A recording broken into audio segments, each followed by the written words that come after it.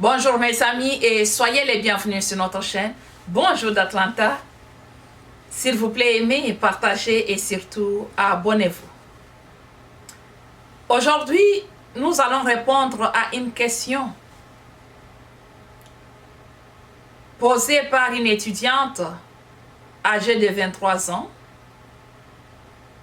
L'étudiante dit: Maman, j'ai besoin de votre conseil. Je suis accusée de prostituée pendant que je suis encore vierge. J'ai pris la décision de garder ma virginité jusqu'au jour où je vais me marier. Et cette décision, je l'ai prise seule. Mais je suis tellement étonnée et surpris par le fait que je suis considérée maintenant comme la merde par ma famille, par mes frères et sœurs, et partout où je passe, les gens me déconsidèrent. Je vis actuellement chez mon oncle. J'ai quitté ma famille parce que mon oncle est tout près de l'université, là où j'étudie. Et un matin, comme tel, vers 5 heures, mon oncle m'a appelé et directement, il a commencé à me frapper sans me dire ce qui s'est passé. Et ce n'est qu'après, quand sa femme est venue pour intervenir, pour dire que ça suffisait, il faut stopper, c'est là où son épouse me dit que oh, pourquoi tu as commencé à te prostituer? Et pourtant, nous te considérons tellement, tu étais une bonne fille. Pourquoi tu as changé ton comportement? Et là, je ne sais même pas ce que je dois faire parce qu'il n'y a personne qui m'écoute. Je suis tellement dépassée car il n'y a personne qui veut m'écouter. J'essaie de m'exprimer de ma façon. Personne n'accepte la vérité. Tout le monde pense que je suis sortie avec les hommes. C'est partout où je passe. Maintenant que les gens me regardent, les gens me dédaignent. Certaines personnes me posent des questions de savoir pourquoi j'ai changé mon comportement. J'étais une bonne personne. Et là, je suis désolée. Et après tout, et selon mes amis, c'est ma vie et je suis libre. Je dois m'aimer. Et je suis capable de faire ce que je veux parce que c'est ma propre vie. Et c'est pourquoi j'ai juste besoin de conseils. Si vous avez quelque chose à me dire, dites-moi.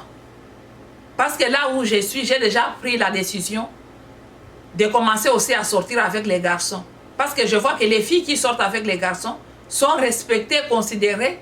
C'est chaque personne d'ailleurs qui veut être à leur côté. Et moi, je suis là, je ne connais rien, je n'ai rien fait.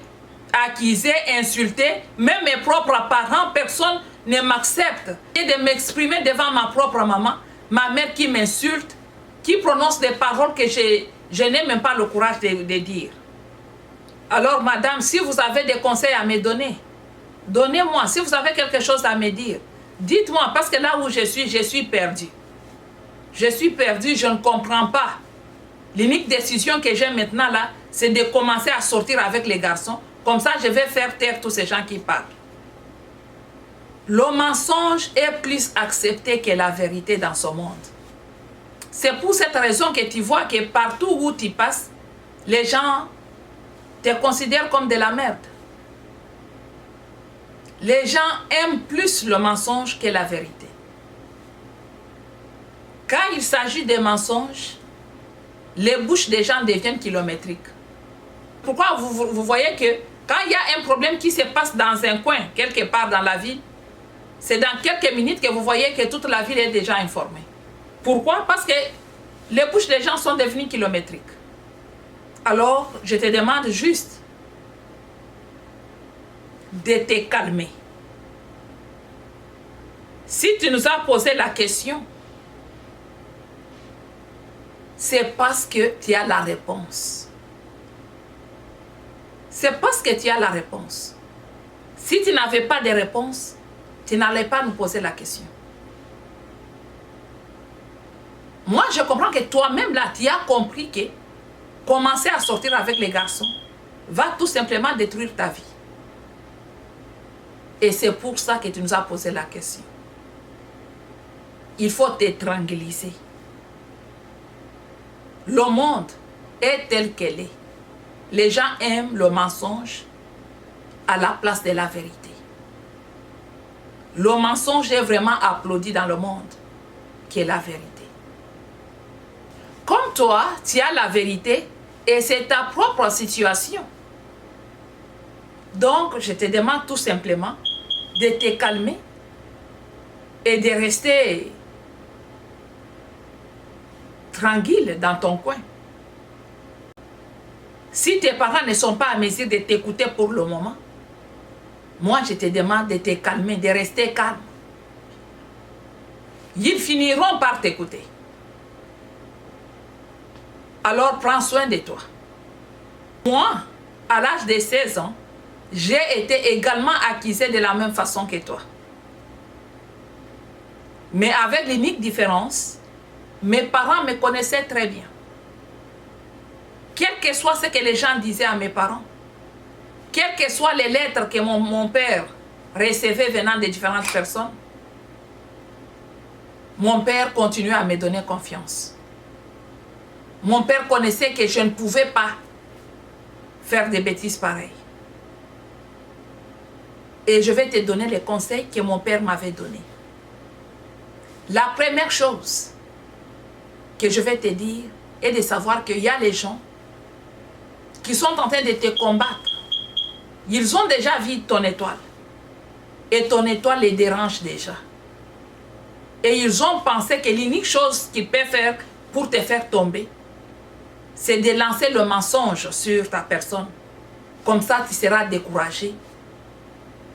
Et tu vas céder tel que tu as dit là que c'est ta vie. Tu es libre, tu vas commencer à sortir avec les hommes. Et c'est ce que tes ennemis veulent que tu fasses. Et quand tu vas commencer à faire ça, directement tu as détruit ta destinée. Tu as détruit ta vie.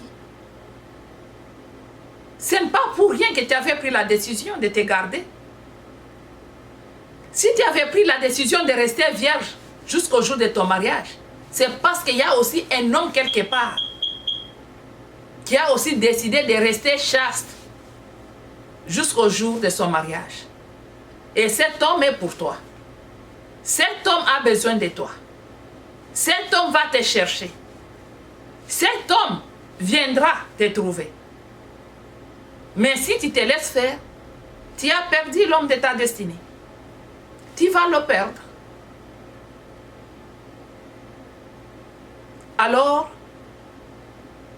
continue à te garder. Continue à te faire confiance.